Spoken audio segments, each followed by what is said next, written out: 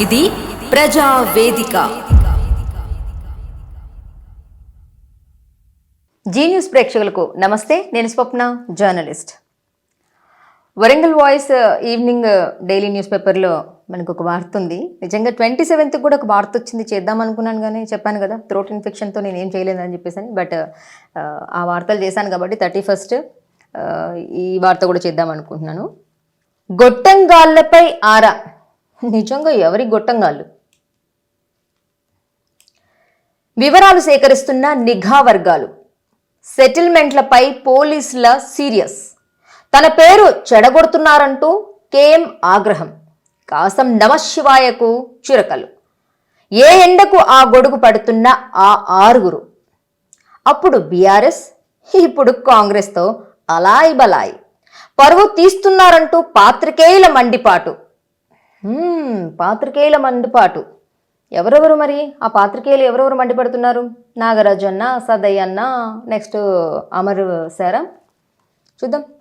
గొట్టంగాళ్లపై పోలీసులు నిఘా వర్గాలు ఆరా తీస్తున్నాయి. సెటిల్మెంట్ల పేరుతో వసూళ్లకు పాల్పడడాన్ని వారు సీరియస్గా తీసుకుంటున్నారు. ఒక భూమి విషయంలో నగరంలోని ప్రముఖ వస్త్ర వ్యాపారితో నిస్సిగ్గుగా కొందరు ఎలక్ట్రానిక్ మీడియా జర్నలిస్టులు అన్నీ మేమే చూసుకుంటామంటూ డీల్ కుదుర్చుకోవడం సంచలనంగా మారింది. ఇందుకు గాను అడ్వాన్స్గా కొంత వసూలు చేసిన విషయం వైరల్గా మారడంతో సదరు జర్నలిస్టులు ఆత్మరక్షణలో పడ్డట్లు సమాచారం. అయితే కార్మిక భవన్ విషయంలో తమను అప్రతిష్ట పాలు చేసిన గొట్టంగాళ్లపై కొండా మురళి సైతం ఆగ్రహం వ్యక్తం చేసినట్లు తెలిసింది. అదేవిధంగా కాసం నమశివాయకు కూడా చురకలు అంటించినట్లు ప్రచారం సాగుతోంది. గతంలో బీఆర్ఎస్ ఎమ్మెల్యేలతో అంటకాగి దందాలకు పాల్పడిన కొందరు ఎలక్ట్రానిక్ మీడియా జర్నలిస్టులే నేడు కాంగ్రెస్ నేతల అడుగులకు మడుగులొత్తుతూ తమ సెటిల్మెంట్ల దందాకు అడ్డు లేకుండా చూసుకుంటున్నారు. జర్నలిస్టుల పక్షపాతులం అంటూ శ్రీరంగనీతులు వల్లించేవారే అడ్డదారులు తొక్కడంపై జర్నలిస్ట్ లోకం ఆగ్రహం వ్యక్తం చేస్తుంది. పాత్రికేయుల పరువు తీస్తున్నారంటూ మండిపడుతున్నారు.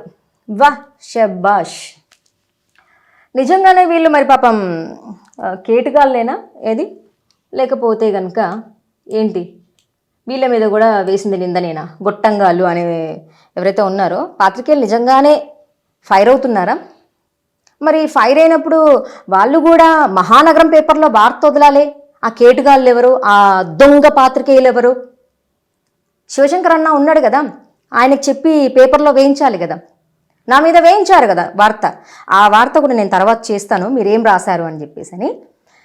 సో మరి గడ్డం కేశవమూర్తి అన్న, next Nagaraju sir, Sadayya sir, next Amar sir, వీళ్ళందరూ ఈ కేటుగాళ్ళు ఎవరో, ఆ గుట్టంగాళ్ళు ఎవరో నిజంగా మీకు తెలీదా?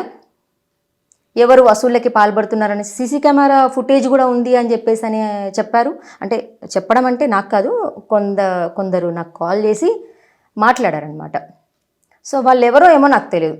నిజంగా అంటే స్వప్న ఎక్కడ ఎవరి దగ్గర రూపాయి తీసుకోకముందే నాగరాజు సార్ స్వప్న బ్లాక్మెయిలర్ అని చెప్పేసి అని వార్త రాశారు. ఇప్పుడు ఇప్పుడు మీరు నా మీద చిన్న మూరడంత వార్త రాస్తే నేను చాంతాడంత రాసి పంపించాను కదా, ఇవేంటి అని చెప్పేసి అని. అధ్యక్ష, మరి దానికి సమాధానాలు ఏం రాలేదు.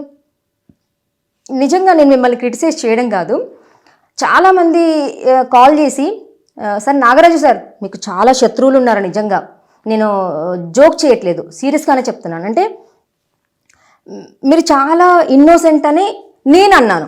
సో వాళ్ళు ఏమంటున్నారంటే ఇన్నోసెంటే పెద్ద దొంగ అని కొందరు అన్నారన్న. కొంచెం చూసుకోండి అన్న, మీ వెనకాల చాలామంది ఎంతమంది శత్రువులు ఉన్నారో, మరి మీ గురించి ఎంత బ్యాడ్గా మాట్లాడుతున్నారో. నేనైతే చెప్పట్లేదన్న, మేము అసలు నేను చాలా రెస్పెక్ట్ చేస్తాను మిమ్మల్ని. చాలా ఇన్నోసెంట్గా ఉంటారు మీరు ప్రెస్ క్లబ్లో, అసలు ఎవరి జోలికి వెళ్ళరు. నిజంగా ఎందుకంత ఇన్నోసెంట్ అంటున్నానంటే, నేను వచ్చి సార్ నేను so and so Swapna news రీడర్ని ఇన్ని సంవత్సరాల నుంచి ఉన్నాను అని మీతో మాట్లాడినప్పుడు నువ్వెవరో నాకు తెలియదమ్మా అన్నారు కదా. సో అక్కడ నాకు అర్థమైంది, పాపం సార్ నిజంగా ఇన్నోసెంట్, అసలు ఏది కూడా పట్టించుకోరు అని చెప్పేసి నాకు అర్థమైంది. I believe you are a innocent person. So ఇక్కడ మరి పాపం మరి మీ వెనకాల తిరుగుతూ ఉన్న వాళ్ళే సార్. వాళ్ళు ఏమన్నారంటే మీరు దొంగ అంటున్నారు సార్. నెక్స్ట్ కొందరైతే ఏమంటున్నారంటే ప్రెస్ క్లబ్లో అధ్యక్ష పదవి ఎలా వస్తుందో తెలుసా? తినిపించి తాగిపిస్తే అధ్యక్షుడు అవుతారు అని చెప్పేసి అని అంటున్నారు. నెక్స్ట్ ఇంకోటి ఏంటంటే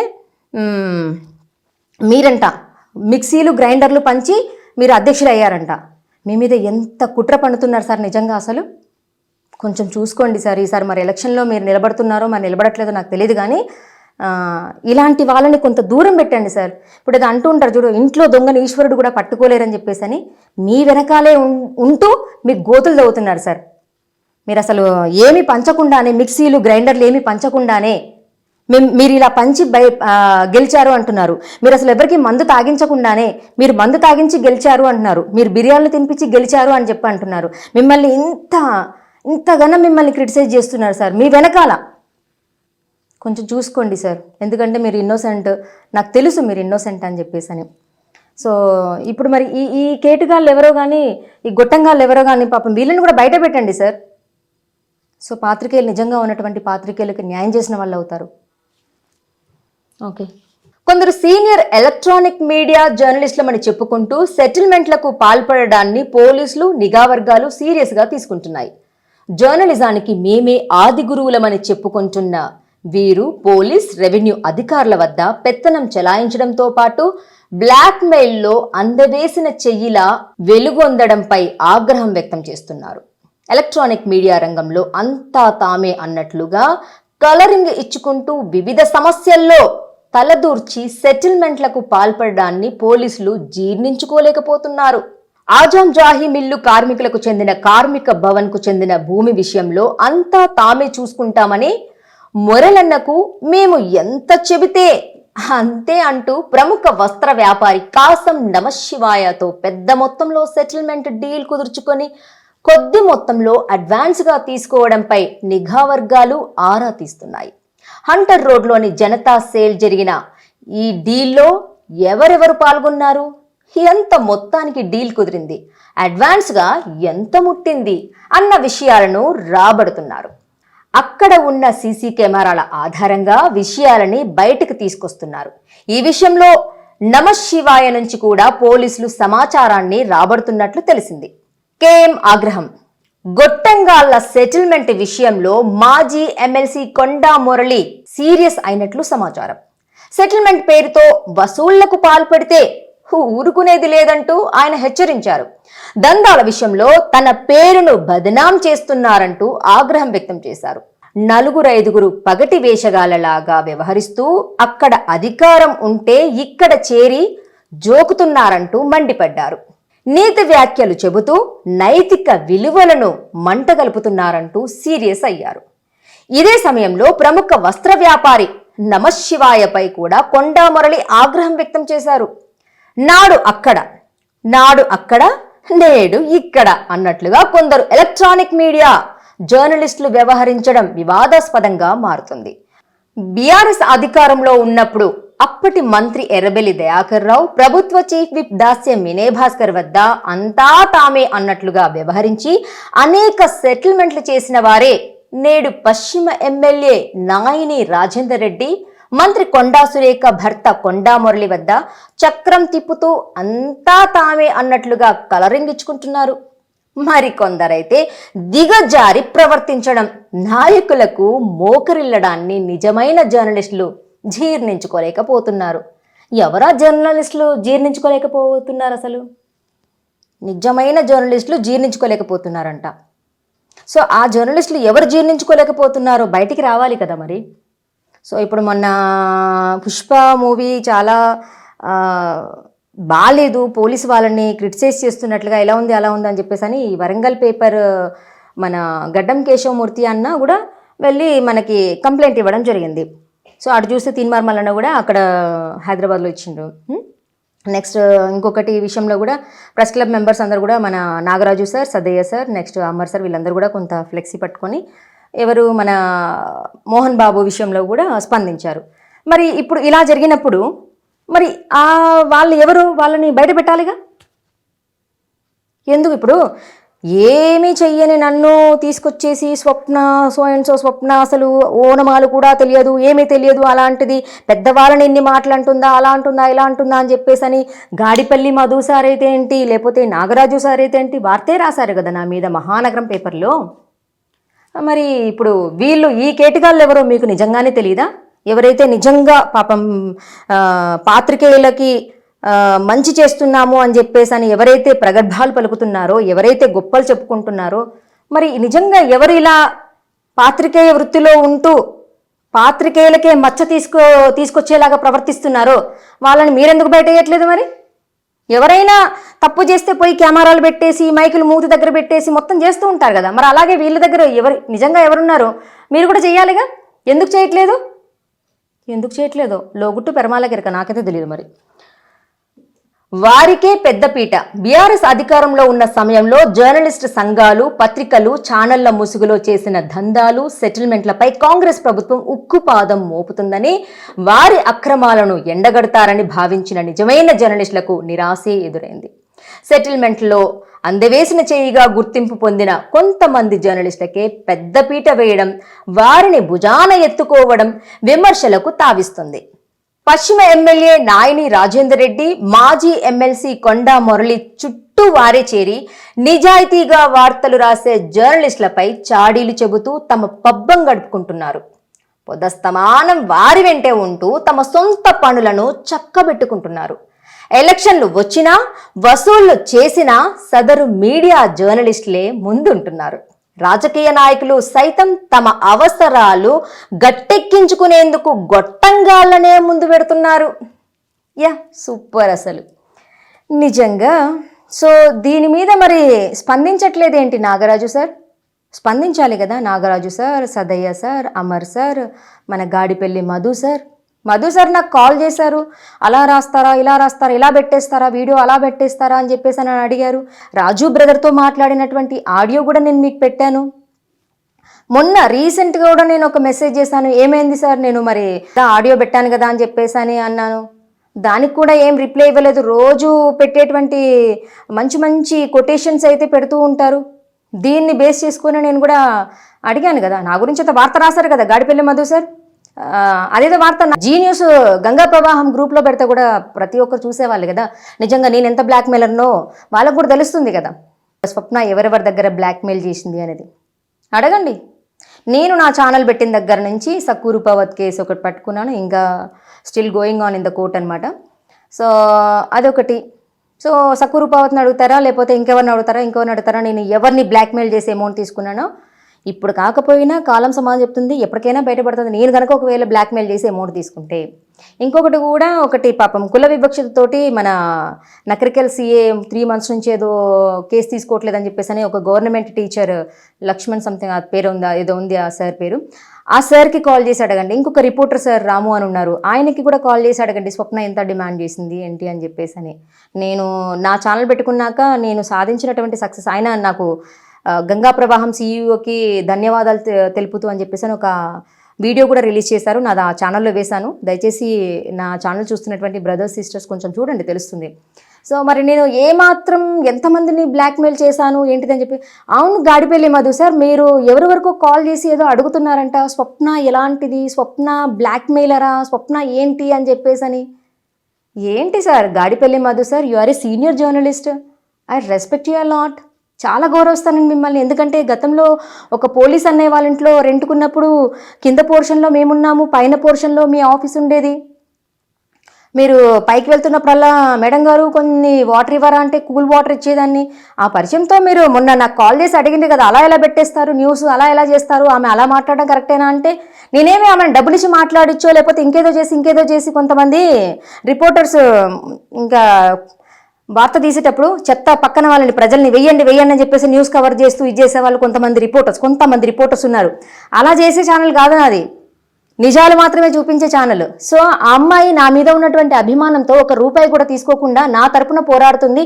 ఆ అక్కకి పిల్లల్ని కానీ వాళ్ళ ఫ్యామిలీని కానీ ఎంత నిజంగా కామెంట్స్ పెట్టినా కానీ, సో నా గురించి వీడియోస్ చేసి నిజమేంటి అనేది బయటపెట్టింది అని చెప్పేసి అని ఆ అభిమానంతో ఆ అమ్మాయి నాకు కాల్ చేసి నాతో శ్రీనివాస్ రెడ్డి సార్ మాట్లాడింది పద్ధతిగా లేదు అని చెప్పేసి అని ఆ అమ్మాయి స్పందించింది తప్ప నేనేదో కొట్టేసి చెప్పమ్మా ఇలా మాట్లాడమ్మా నా గురించి పొలవమని చెప్పేసి అని పొగిడేయమ్మా అని చెప్పేసి అని చేయించిన కాల్ కాదు గాడిపల్లి మధు సార్. మీరు అడిగారంట వేరే వాళ్ళని, స్వప్న ఎలాంటిది బ్లాక్మెయిలరా అది ఇది అని చెప్పేసి నన్ను అడిగితే నేనే చెప్పాను. నన్ను అడగడం ఏంటి అసలు? నన్ను మీరు చూసారు కదా, కింద పోర్షన్లో మేము రెండుకున్నాం, పైన పోర్షన్లో మీరున్నారు. అలా ఎలా అడిగేస్తారు అసలు? అసలు ఆ మాట ఎక్కడికి దారితీస్తుంది గాడిపల్లి మధు సార్? పోనీ మీరు అన్నారు కదా 800 మంది అప్లికేషన్స్ ఉన్నాయి, నీ ఒక్కదాందే ఎందుకు మిస్ అవుతుంది అని చెప్పేసి అని అన్నారు కదా మీరు. మరి అలా అన్నప్పుడు నా అప్లికేషన్ నేను ఇచ్చానా లేదా అనేది రాజు ఆడియో నేను మీకు పంపించినప్పుడు మీ దగ్గర ఉన్నటువంటి ఎవరైతే ఉన్నారో ప్రెస్ క్లబ్ అధ్యక్షుడు అయితే ఏంటి, ఇంకా వేరే వాళ్ళు అయితే ఏంటి, అమర్ సార్ అయితే ఏంటి, సదయ్ సార్ అయితే ఏంటి, వీళ్ళందరిని అడిగారా నిజంగా అమ్మాయి ఇచ్చింది కదా ఏమైంది అప్లికేషన్ అనేది ఒక సీనియర్గా రెస్పాన్సిబిలిటీ తీసుకొని అడిగారా వాళ్ళని? ఆవేదన అరుస్తున్నట్టు అనిపిస్తుందేమో మీకు, కానీ ఆవేదన అనమాట. సో మీరు అక్కడ అడగలేదు, నేను మెసేజ్ పంపించిన వాట్సాప్లో దానికి రిప్లై లేదు. ఆ రోజు నెక్స్ట్ డే పంపించడం బంద్ చేసిండ్రు, మళ్ళీ కొటేషన్స్ మళ్ళీ నెక్స్ట్ డే నుంచి మళ్ళీ యథావిధిగా మీరు పంపిస్తున్నారు. ఇక నేను అనేది ఏంటి అంటే నా అప్లికేషన్ ఏమైంది? రాసాను కదా, రాయడం అంటే దాన్ని ప్రింట్ తీయించాను, తర్వాత మ్యాటర్ అంతా రాసేసి నేను ఎక్కడెక్కడ చేశాను అని చెప్పేసి అని ఐడి కార్డ్స్ అయితే ఏంటి, ఆధార్ కార్డ్ అయితే ఏంటి, ప్రతి ఒక్కటి ఈచ్ అండ్ ఎవ్రీథింగ్ మీరు ఏవేవి అడిగారో అవన్నీ పెట్టి ఫస్ట్ టైం అప్లై చేశాను తీసి అవతల పడేశారు, సెకండ్ టైం అప్లై చేశాను తీసి అవతల పడేశారు. లేదమ్మా 800 ఇచ్చిండ్రు, 800 మంది ఉన్నాయి, ఇది ఒక్కదాంది పోతుంది అని చెప్పేసి అని మీరు నన్ను అడిగినప్పుడు నేను ఆడియో కూడా నేను మీకు పెట్టాను కదా, గ్రూప్లో పెట్టాను, కొంతమంది తెలిసిన బ్రదర్స్కి పెట్టాను, వాళ్ళందరికీ కూడా తెలిసింది నిజంగానే అమ్మాయి ఇచ్చిందని. ఎందుకు నాగరాజు సార్కి తెలుసు నేను ఇచ్చినా లేదా అని చెప్పేసి ఆఫీస్ కూడా వెళ్ళి, ఇప్పుడు సుమన్ బ్రదర్ ఉంటాడు అక్కడ, నాకు తెలిసి సదయ్య సార్ తీసుకొచ్చి పెట్టారంట అబ్బాయిని, సదయ్యకి రిలేషన్ ఏదో ఊరతను అని చెప్పి ఆ తమ్ముడు ఏదో అన్నాడు. సో నేను మళ్ళీ అక్కడ మిస్ అవుతుందేమో అని చెప్పేసి అని తమ్ముడు ఒక ఫోటో దిగుతాను అనేసి అంటే కూడా వేరే వాళ్ళు తన అఫీషియల్ కాదులేమ్మా మేము అందరం ఉన్నాం కదా, లేదమ్మా నువ్వు ఇచ్చినట్టే అవుతుంది, అదేం లేదు, అట్లేం చెయ్యరు, చాలా మంచివారు నాగరాజ్ సార్ అన్నారు. మంచివారే నేను కాదని చెప్పట్లేదు, ఆ మంచివారే నన్ను ఎందుకు బ్లాక్ చేశారో నాకు అర్థం కాలేదు. ఆ మంచి సారే నా అప్లికేషన్ ఫాము ఏమైందో నాకు అర్థం కావట్లేదు. ఇటు చూస్తేనేమో గాడిపల్లి మధు సార్ వేరే ఎవరికో కాల్ చేసేసి ఎలా ఏంటి బ్లాక్మెయిలరా, డబ్బుకి ఆశపడుతుందా, అదా ఇదా అని చెప్పేసి ఏదో అని చెప్పేసి మాట్లాడుతున్నారట. అది నాకు కొంతమంది కాల్ చేసి చెప్పారు. అలా అడిగితే ఇంకొక మీనింగ్ వస్తుంది సార్ నా గురించి వేరే వాళ్ళ దగ్గర, మీరు ఈ విధంగా ఎలాంటిది బ్లాక్మెయిలరా ఏంటి అని చెప్పని అడిగితే దానికి ఇంకొక పెడార్థం వస్తుంది. దయచేసి ఒక సీనియర్ జర్నలిస్ట్గా ఉన్నారు మీరంట ఎన్ని ఛానల్స్లో ఎన్ని పేపర్లో మీరు వర్క్ చేస్తున్నారు? 1 2 3 4 5 పేపర్లను ఏమో చేస్తున్నారంట. కొంతమంది ఐజేయు అంటున్నారు, కొంతమంది TUWG అంటున్నారు. మీరు ఏ సంఘంలో ఉన్నారో కూడా, ఏ యూనియన్లో ఉన్నారో కూడా నాకైతే తెలియదు మరి.